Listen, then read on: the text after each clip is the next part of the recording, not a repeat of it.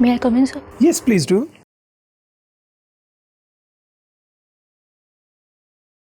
Good morning. Please sit down. Okay, so you're Priya? Yes, sir. Priya, you're comfortable in English? Yes. Is that your preferred medium for interview? Yes. Okay. Priya, you must have noticed that we are following COVID protocol as much as possible, and that's why there is adequate distance between you and us so that you feel safe, and so do us. Also, we are wearing mask while we are not speaking. Same applies to you. If you're comfortable wearing mask and you want to give interview in mask, you are welcome. But if you believe that you're feeling safe and there is adequate distance and you'll be more comfortable removing mask, then you can probably remove your mask. Would you like to remove your mask? Yes, sir. Please do. Thank you. Comfortable? Yes, sir. And you are not showing any symptoms yourself, right? Yes, sir. Okay, Priya, then probably we can start. To begin with, I want you to introduce yourself to board members in a manner that your identity, your name, your caste, these things are not indicated, and still we come to know something about you. Sir, I am from Sikandrabad, district Bulandshahr. I complete my graduation from Sharda University, Greater Noida. I love to play badminton and love to cook. When you finished your graduation? In 2017. Okay, you recently did that. You're pursuing your master's or you're doing some job? So I am preparing for civil service from 2017. If civil services was in your mind so much so that you didn't apply to any job or further education, then why you did BTech at all? You should have done a BA.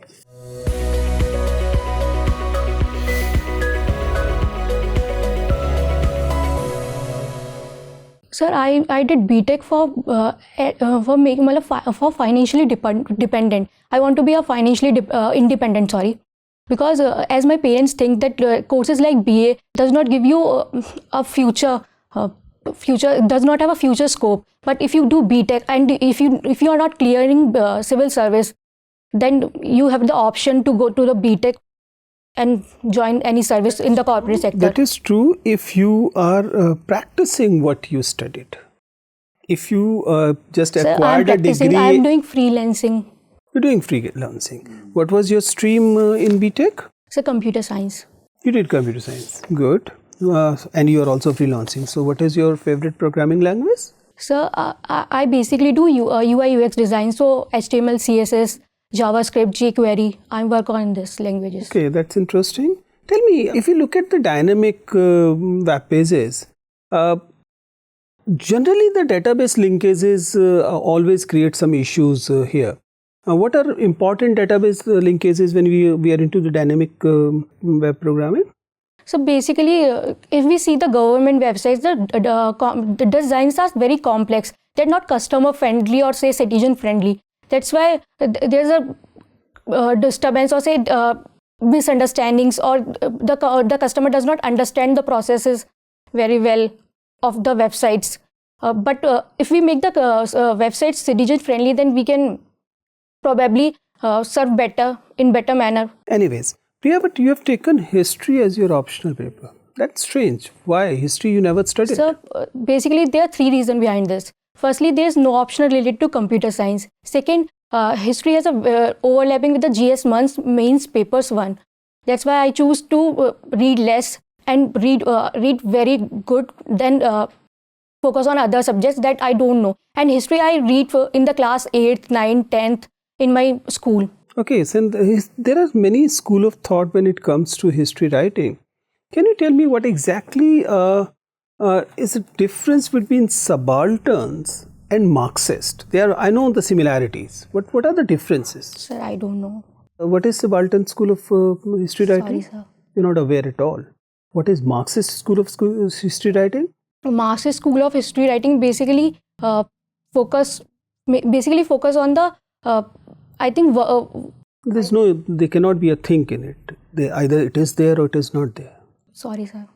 You're not aware. Have you ever read any history book? Yes. Apart from guides mentioned too? Yeah, no.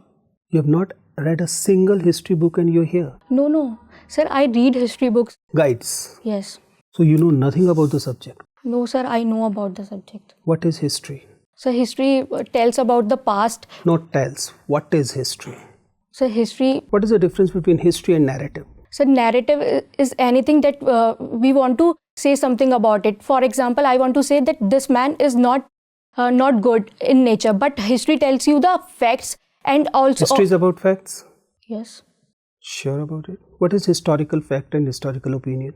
So historical facts basically अगर हम कहें historical fact, उनके पीछे मतलब वो एक आपको एक तरीके से प्रोवाइड करेंगे कि कोई लिंक जिससे आपको मतलब प्रूव हो जाए कि वो था, वो चीज़ है. जैसे अगर हम गुप्ता पीरियड की बात करते हैं, हिस्टोरिकल फैक्ट है तो हिस्टोरिकल एविडेंस क्या है?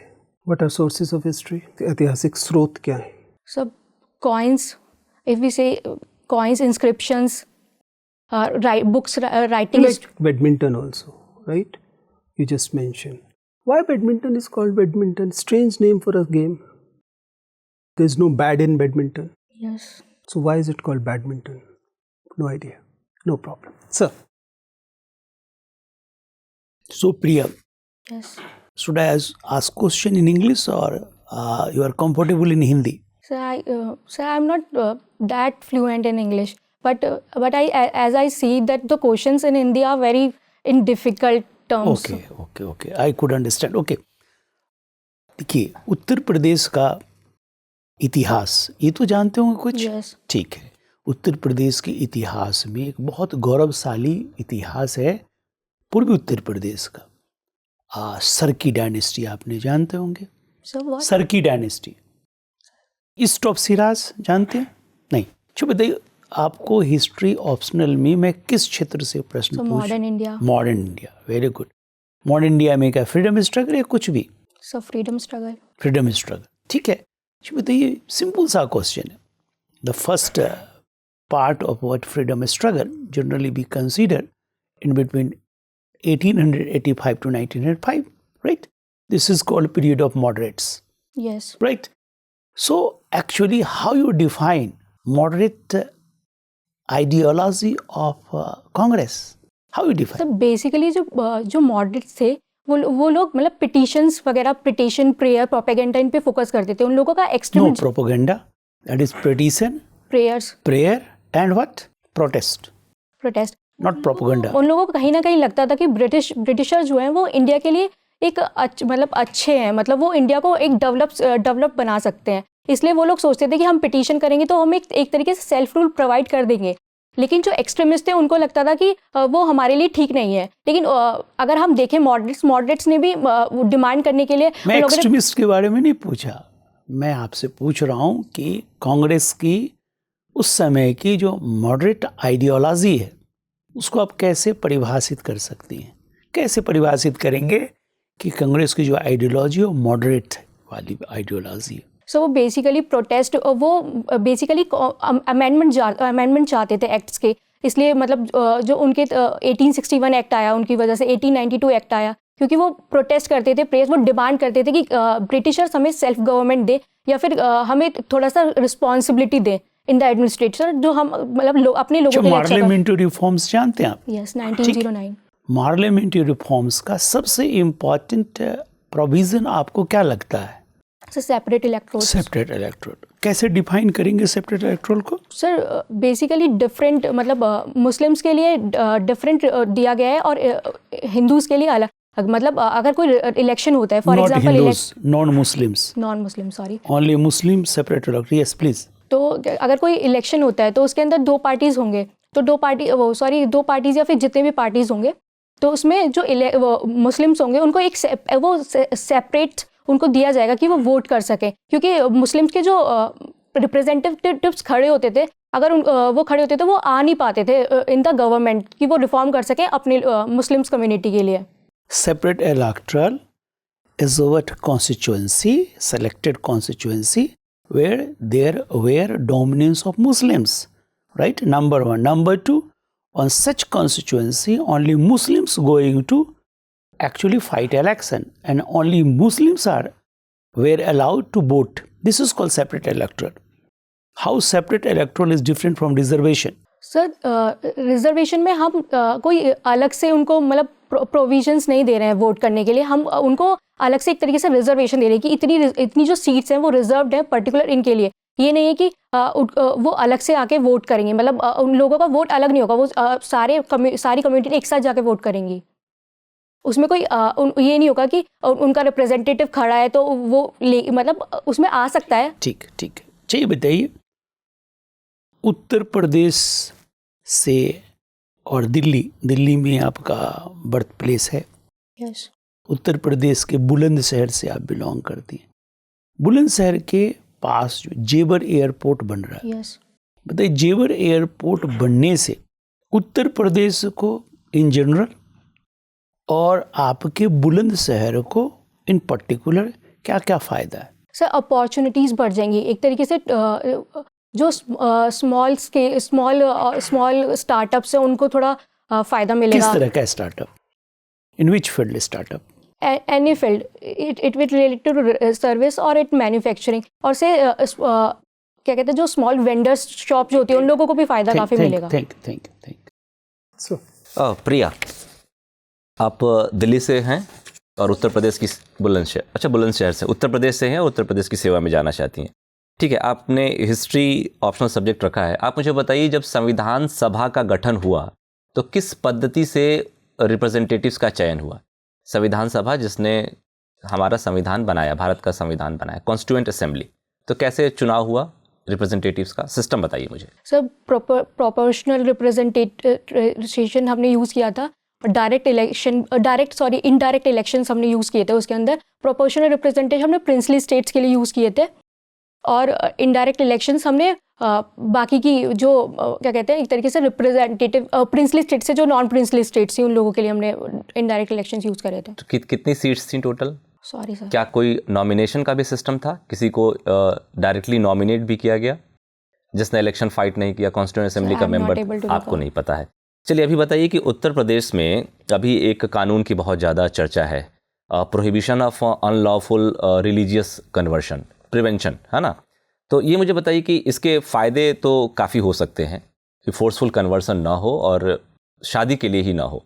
आप मुझे इसके नुकसान कुछ बताइए, कैसे इसका मिसयूज हो सकता है? सर अंडर आर्टिकल 21 हमें राइट टू लाइफ मिला हुआ है, right to life with personal liberty. तो हम जिससे चाहे हम उससे शादी कर सकते हैं, लेकिन ये पूछना कि फोर्स्ड हुआ है या नहीं हुआ है, ऊपर से अगर हमको चाहिए हम किसी भी रिलीजन में अपने आप को चेंज कर सकते हैं, लेकिन अगर इसके अंदर अगर कोई कपल अपना, चाहे वो मैन हो चाहे वुमेन, अपना चेंज करता है रिलीजन, तो गवर्नमेंट को ये भी लग सकता है कि इन लोगों ने ज़बरदस्ती उसका फोर्स कन्वर्शन कराया, तो उसके ऊपर एक्शंस भी लिया जा सकता है।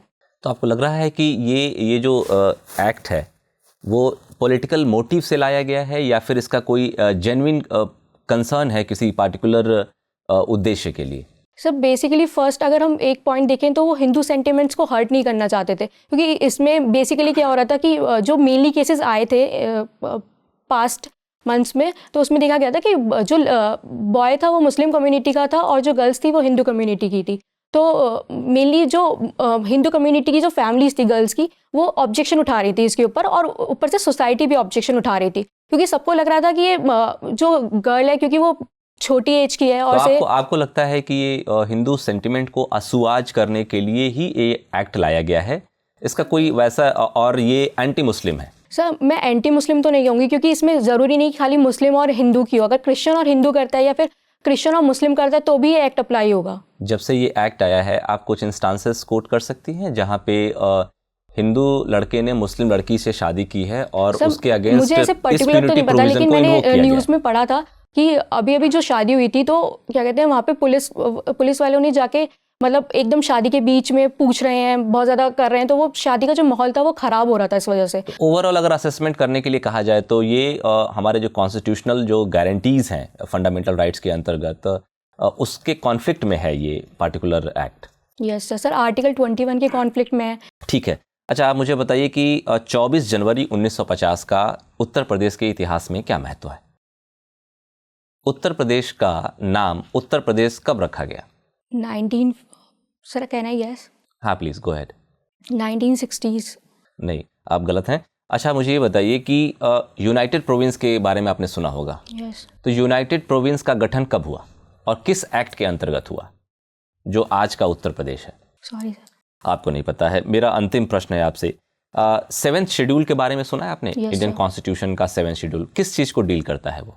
सर बेसिकली जो लिस्ट होती हैं उनको मतलब जैसे state list, concurrent list and union list. अच्छा ठीक है, कॉन्करेंट लिस्ट के बारे में ये कहा जाता है कि इस पे केंद्र सरकार और राज्य सरकार यानी कि सेंट्रल गवर्नमेंट की जो लेजिस्लेटिव बॉडी है, पार्लियामेंट और राज्य विधानसभा कानून बना सकती है, और कानून बनाने के क्रम में अगर कोई भी प्रोविजन से रिलेटेड कॉन्फ्लिक्ट आता है तो सेंट्रल का लॉ प्रिवेल करेगा, यही है? यस। अच्छा, मुझे एक सर्कमस्टांस बताइए जब दोनों के बीच में कॉन्फ्लिक्ट तो है लेकिन राज्य का कानून प्रिवेल करेगा।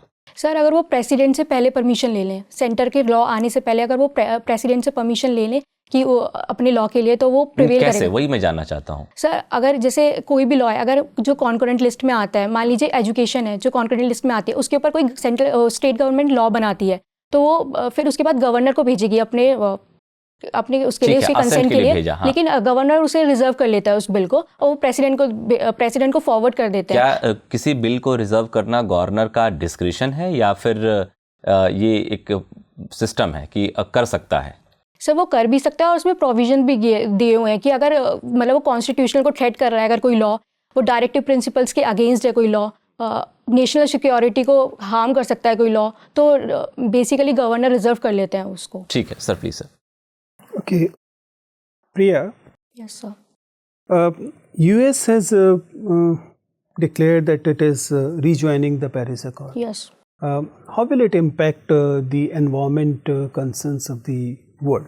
सर अगर हम देखा जाए तो यूएस बहुत मतलब एक अच्छी अच्छी तो नहीं मैं बोलूँगी, एक बहुत बड़ी कंट्री है, क्योंकि अगर उसने पेरिस क्लाइमेट आप डील, अच्छी नहीं बोलेंगी यूएस को, ऐसा आपने क्यों कहा? सर मुझे लगा कि अच्छा एक वर्ड, मतलब अगर आप किसी को डिफाइन नहीं कर सकते ऐसे तो अच्छा किसी बुरा देश में। को अच्छा नहीं बोलना चाहिए? सर बोल सकते हैं ऐसा। बोल सकते हैं जी। एनीवेज, अब मैं ये एज्यूम कर ले रहा हूँ कि आप भी एनवायरनमेंट को लेकर सेंसिटिव व्यक्ति हैं। बुलंदशहर आपने मेंशन किया, बुलंदशहर में एक एटॉमिक पावर प्लांट है, नरोरा। मुझे बताइए कि नरोरा पावर प्लांट में जो एनवायरनमेंट को लेकर ख़ासतौर से उसके जो वेस्ट डिस्पोजल है, क्या प्रावधान है, क्या मेथड है? गंगा में बहा देते हैं सब? सर नहीं, फिर कहाँ जाता सब है? बेसिकली जो एक्ट बनाया है उसके अकॉर्डिंग काम करते हैं वो लोग, जो मतलब इनके ऊपर। आप तो वहाँ की स्थानीय नागरिक हैं, मुझे बताइए कि नरोरा से निकले हुए एफ्लुएंट्स जो हैं वो यदि गंगा में नहीं जाते हैं तो फिर वो कहाँ जाते हैं? आप तो इंजीनियर भी हैं। Sorry sir.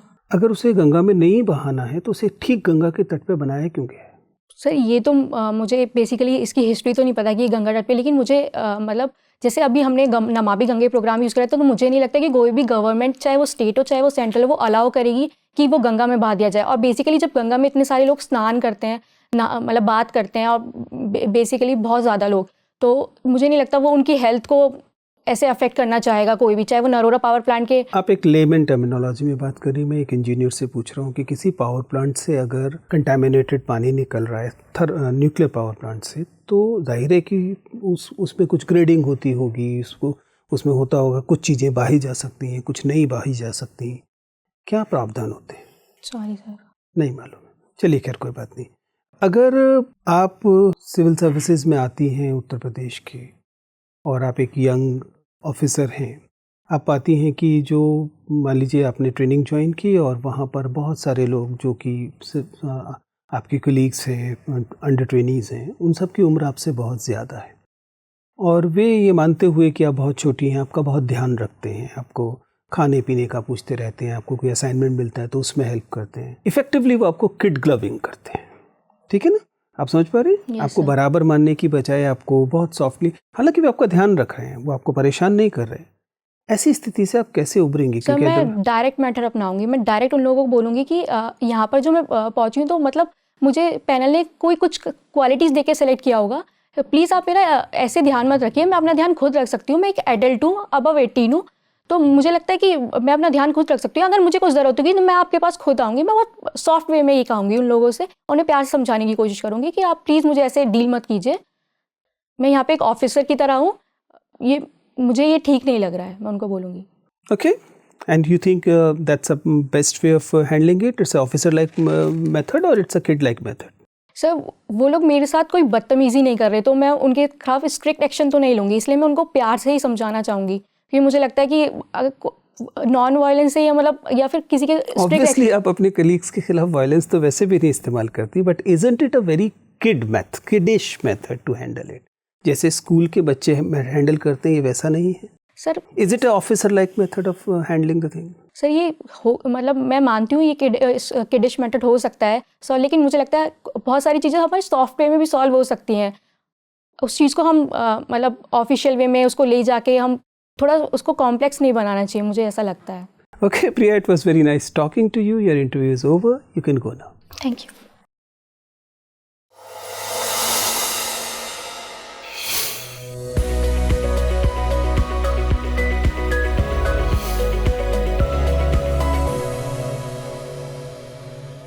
Take your seat, Priya.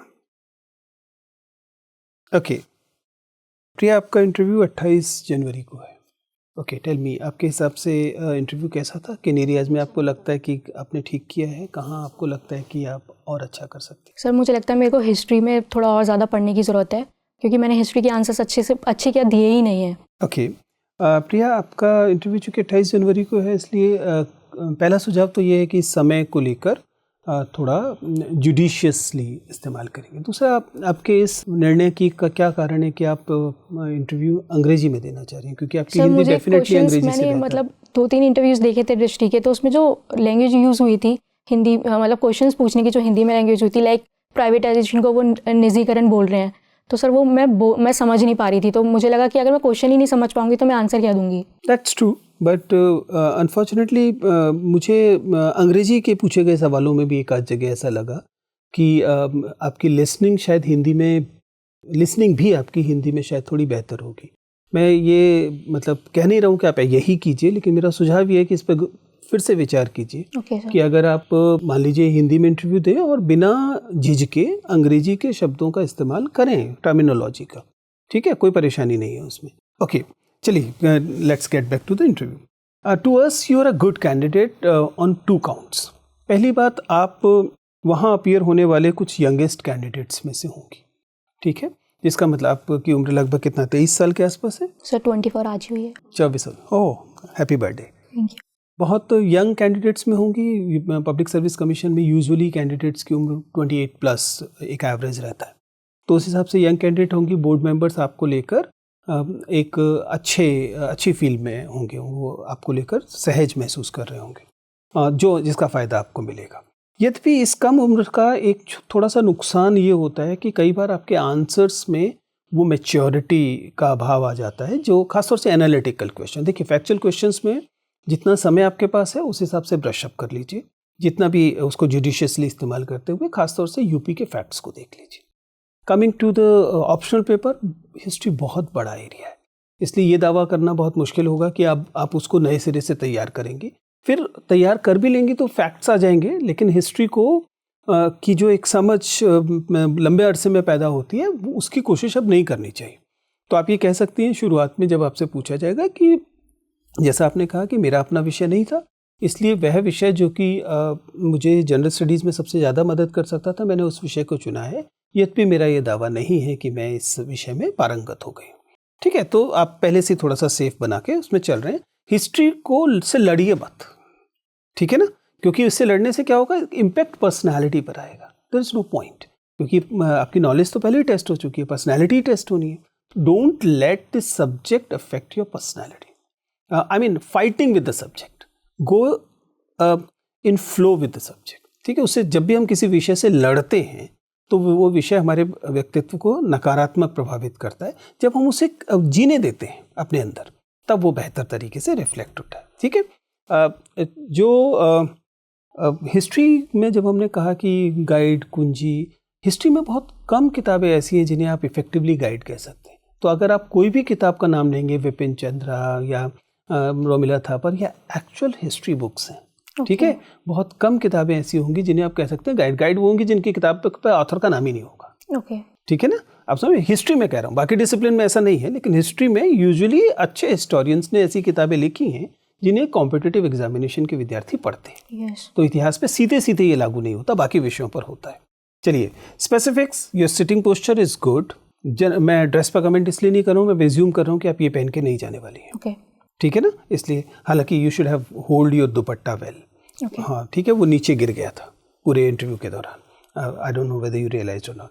Hand movement generally बहुत ज़्यादा है, मूवमेंट है। हम लोग हमेशा से कहते हैं कि हाथ को ऐसे रख लीजिए और फिर ऐसे ही छोड़ दीजिए, रिलैक्स लेकिन छोड़ देना, उसमें मूवमेंट मिनिमल हो, ना हो तो बहुत अच्छा और हो तो थोड़ा सा हो जो कि जिस पर नज़र ना जाए। ध्यान रखिएगा इस बार डिस्टेंस ज़्यादा है, ठीक है, इसलिए पूरी बॉडी दिखाई दे रही है। ओके। टेबल पे के पीछे छिप जाती थी पहले, इस बार चूंकि कोविड है इस वजह से दूर बैठाएंगे, इसलिए आपकी पूरी बॉडी दिखाई दे रही होगी। इसलिए पैर, हाथ, सब चीज़ों का ध्यान रखना है। सीधे बैठना है, चेयर के अंदर पैर कभी नहीं लेके जाने। विमेन कैंडिडेट के साथ ये बहुत ज़्यादा होता है, वो अपने आप को सिकोड़ती हैं, ठीक है। पुरुष बैठते समय अपने आप को फैलाते हैं, स्प्रेड करते हैं, गलत बात है, मिसोजिनिस्ट बात है। विमेन अपने आप को सिकोड़ती हैं, ये भी गलत बात है। आप समझ पा रहे हैं, अपने फेमिनिज्म थोड़ा बहुत पढ़ा होगा, उसी से रिलेट करके आप इसे देख सकते हैं। हैंड मूवमेंट मैंने आपको बता दिया।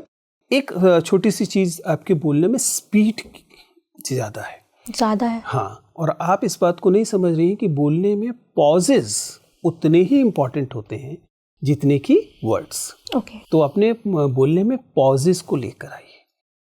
एक सीधी सलाह यह है कि प्रश्न का उत्तर प्रश्नकर्ता के प्रश्न खत्म होने के तकरीबन 2 सेकंड के बाद शुरू करना है। याद रहेगा आपको, पहले बोर्ड मेंबर को क्वेश्चन खत्म करने नहीं चाहिए। जब वो क्वेश्चन खत्म कर ले उसके बाद take 2 seconds to structure your answer and then you start your answer. अभी क्या हो रहा है, थोड़ी हड़बड़ाहट से शुरू हो जा रहा है, तो जब आप प्रश्न उत्तर शुरू कर दे रही हैं तब आप उसे स्ट्रक्चर करने की कोशिश कर रही हैं। इस कारण आपको क्या करना पड़ रहा है, एग्जाम्पल्स का ज़्यादा इस्तेमाल करना पड़ रहा है। आप पहले से स्ट्रक्चर करेंगे तो पूरे क्वेश्चन में एक ही एग्जाम्पल से काम चल जाएगा, वो भी जरूरी होगा तो। ओके, बाकी चीज़ें आप अच्छा कर रहे हैं, I am sure you'll do. इनमें से किसी चीज़ में टाइम नहीं लगने वाला है, सिवाय नॉलेज अपडेट करने के, बाकी चीज़ें चुटकी बजाती होंगी, ठीक है। तो उस पर ध्यान दीजिएगा। All the best.